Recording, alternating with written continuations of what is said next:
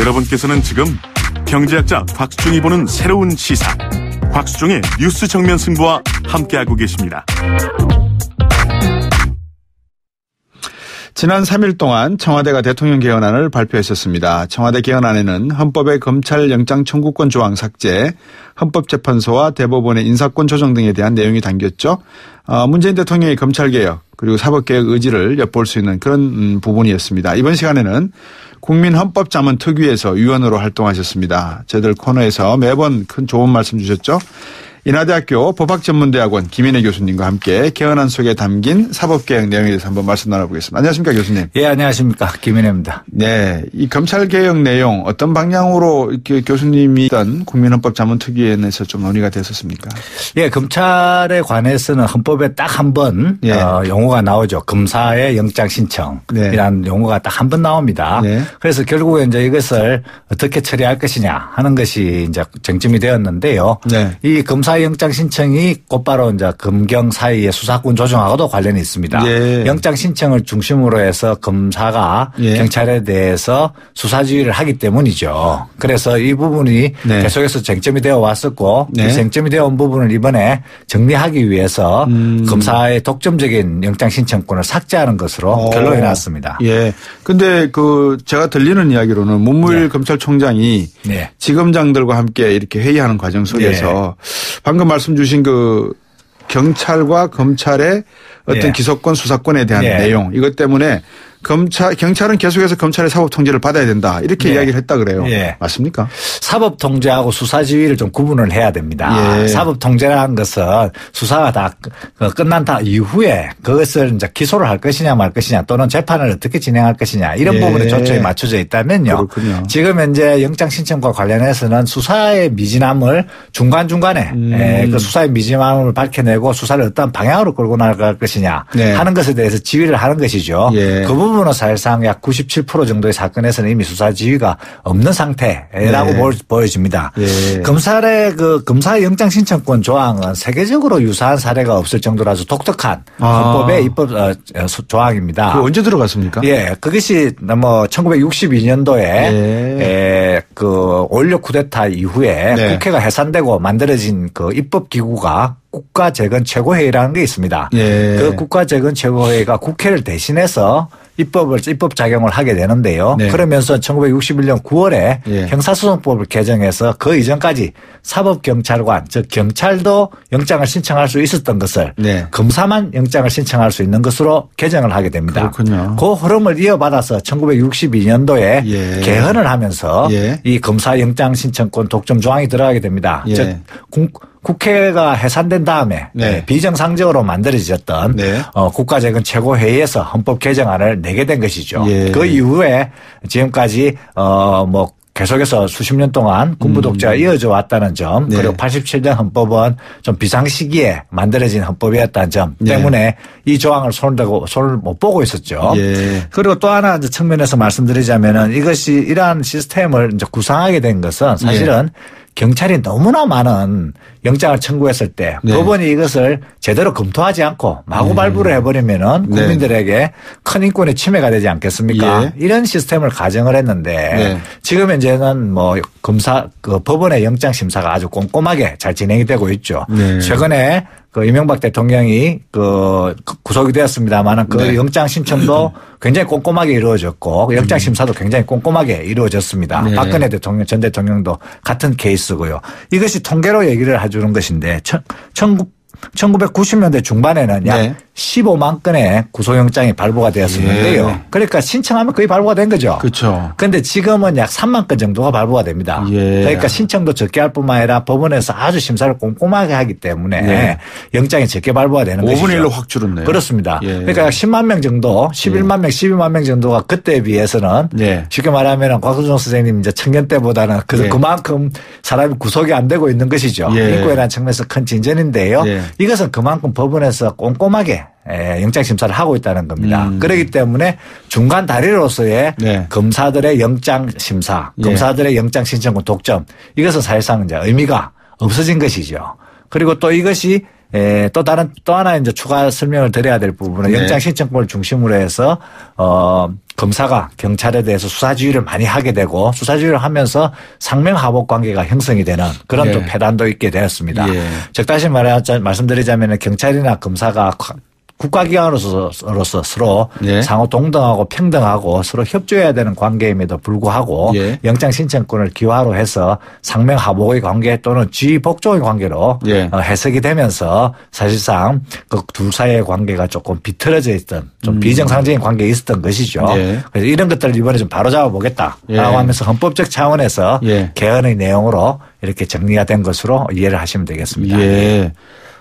무슨 말씀을 듣고 보니까 좀 이해가 되는데 한 가지 또 궁금한 점도 생깁니다. 15만 건에서 3만 건으로 줄었다고 하시지만 이게 경찰로 만약에 영장 청구권이 넘어가게 된다면 그러면 검찰 조직보다는 전국적으로 좀 많이 넓지 않습니까? 사건도 더 많이 영장이 청구될 가능성은 있지 않습니까? 그래서 또 통계를 보면은 1990년대 중반에는 경찰이 약 18만 건의 영장을 검사에게 신청을 합니다. 최근에는 그 숫자가 줄어서 3만 건 정도를 신청을 하게 됩니다. 그것도 6분의 1로 줄었네요. 법원에서 영장 심사를 꼼꼼하게 하니 즉 다시 말해서 맨 마지막에 관문에서 법원이 그거를 딱 틀어주고 통제를 하니 사법 통제를 하니 검사의 영장 신청도 줄어들고 경찰의 영장 신청도 줄어드는 것이죠. 그래서 이게 갑자기 늘어날 것이다라고 보기는 어렵고요. 경찰도 역시 구속될 만한 사건을 구속을 신청을 해야지 무조건 영장 신청했다가 영장이 대부분이 기각이 돼버리면 자기들로서도 수사 인력의 낭비요 또 국민들에 대한 인권 침해요 여러 가지 또 문제가 생기니까 그건 조심할 걸로 충분히 예상이 됩니다. 저희들이 이제 지금 논의하고 있는 게 개헌안이지 않습니까? 개정되지도 않았고 아직까지 그런데 어쨌든 개정되기 전까지는 현재 검사의 영장 청구권은 그대로 가져가는 것이죠. 그렇습니다.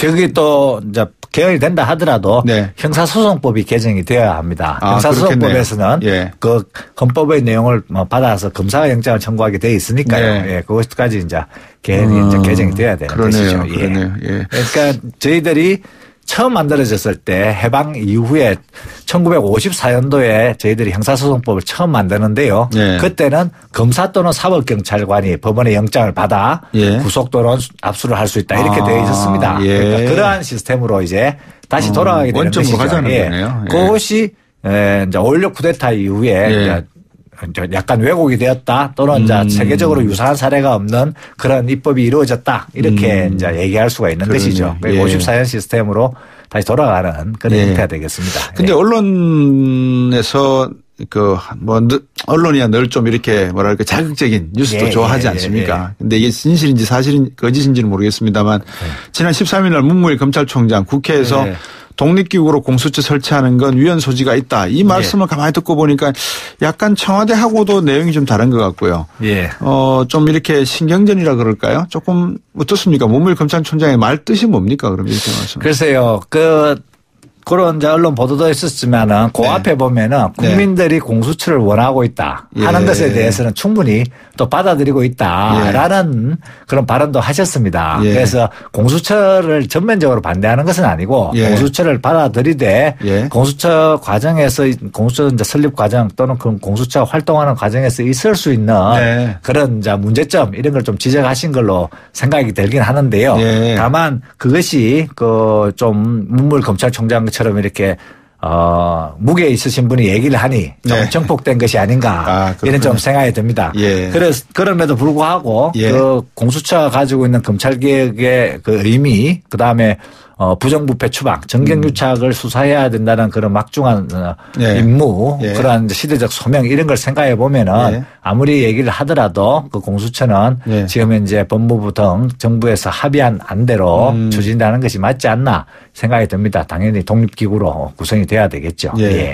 방금 교수님께서 말씀해 주신 쭉 내용을 보면 어떻게 보면 검찰과 법원의 어떤 유기적인 상호 보완적이고 이런 역할이 상당히 중요해 보이거든요. 근데 이제 그 법원 행정처에 대한 판사 블랙리스트 예. 이 이야기가 있었단 말입니다. 예. 만약에 이게 크게 문제가 된다면 방금 말씀 주셨다시피 영장이 꼼꼼하게 들여다보는데 이게 조금 편집되고 왜곡될 가능성이 있어 보일 수도 있는데 블랙리스트가 있다라고 하는 이 말이 도대체 어떤 의미가 될까 이런 생각이 들었어요. 아주 심각한 일이죠. 사법부의 독립이라는 것은 정치 권력으로부터 독립된다는 얘기고 결국 법관 개개인들이 정치 권력으로부터 독립될 뿐만 아니라 법은 행정으로부터도 독립이 돼야 되거든요. 그래서 헌법에서 말하는 것처럼 헌법과 법률 양심에 따라서 심판을 하도록 되어 있는 것이죠. 그리고 그 얘기는 모든 법관들이 다 평등하다 이렇게 얘기할 수가 있습니다. 누가 누구를 지휘한다든가 감독한다든가 평가한다든가 있을 수가 없는 것이죠. 그럼에도 불구하고 이번에 판사가 판사를 사찰하는 그리고 또 일부 경우에는 정치 권력과 내통한 뭐 그런 것들이 밝혀졌지 않습니까? 이거는 사법부의 근간을 흔드는 사건이기 때문에 분명히 이제 밝혀져야 되고 책임질 사람은 책임을 져야 하고 그에 따라 뭐 그 책임에는 당연히 또 형사상의 사법적인 의미도 있고 그다음에 뭐 또 민사상의 책임도 있을 수 있고 징계 책임도 있을 수 있다고 생각이 듭니다. 이러한 부분을 완화 또는 해결하기 위해서 법원 행정처의 개혁 다시 말씀드리자면은 법원의 관료주의를 좀 이렇게 혁파하는 문제가 중요한 개혁 과제 중에 하나로 떠오르고 있다 이렇게 볼 수 있죠. 판사님들을 이렇게 개인적으로 이렇게 만나거나 아니면 어떤 그 법원 연수원에 가서 이렇게 제도 강의를 하다 보면 개인적으로 만나서 보면 참 그 지적이시고 성격도 차분하고 이렇게 성격이 막 괄괄하신 분들은 별로 안 계신 것 같아요 보니까. 그런데 이분들이 어떻게 해서 그 뭐라 그럴까요? 그 대법원장 또 헌법재판소의 그 뭐라 그럴까 인사권 이 문제들이 사법부에서 특히 이 법원에서 문제가 되는지를 제가 모르겠어. 그것은 이렇게 보시면 됩니다. 개인적으로는 법관이나 검사님들이 굉장히 윤리적일 수가 있습니다. 착할 수가 있죠. 그러나 조직의 입장에 들어가면은 이것은 의미가 없어지죠. 윤리적이라든가 착하다는 건 의미가 없어집니다. 조직은 생존과 확장이 최우선의 목적입니다. 조직은 살아남아야죠. 생존과 확장이 최우선의 목적이죠. 그러니까 법관은 윤리적일 수 있고 검사도 윤리적일 수 있지만 법은 이 윤리적일 수는 없는 겁니다. 법원은 그 자체로 그냥 우리나라 사회, 우리나라 헌법이 규정한 그 역할을 할 뿐이죠. 그 역할이 좀 더 인권 친화적인 역할인 것이고요. 검찰은 그것도 역할을 하는 것이죠. 그 검사가 윤리적일 수는 있지만 검찰 자체를 윤리적이다 이렇게 얘기하기는 어려운 거죠. 기업 자체를 윤리적이다 이렇게 얘기하기는 어려운 것이고 기업가는 윤리적인 사람이 있을 수 있죠. 그러니까 기업은 우주 동안의 생존과 확장을 해야 되지 않겠습니까? 법은 또 똑같은 거죠.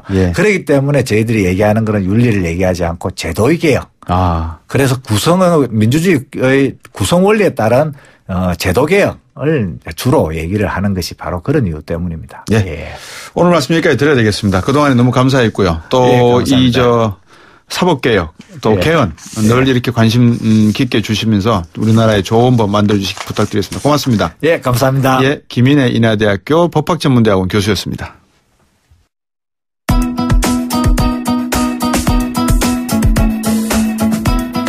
곽수정입니다. 마지막 인사를 청취자분들과 나눠야 된다 그래서 시간이 좀 주어진 것 같습니다.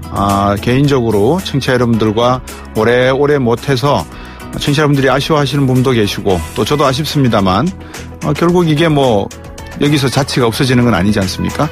늘 청취해 주셔서 감사드리고요. 여러분 퇴근길 제가 크게 책임을 지지 못한 것 같은데 많은 사랑과 또 소중한 말씀 주셔서 감사합니다. 방송을 하면서 저는 딱 여러분들과 그리고 또 세 분이죠. 감사할 분이 계십니다. 우리 이은지 PD 그리고 홍기 작가 김은진 작가 이 세 분에게 제가 진심을 담아서 감사하다는 말씀 꼭 드리겠습니다. 그리고 청취자 여러분들 너무 감사하고요. 다음에 또 어떻게 만나겠죠. 걱정하지 마십시오. 고맙습니다.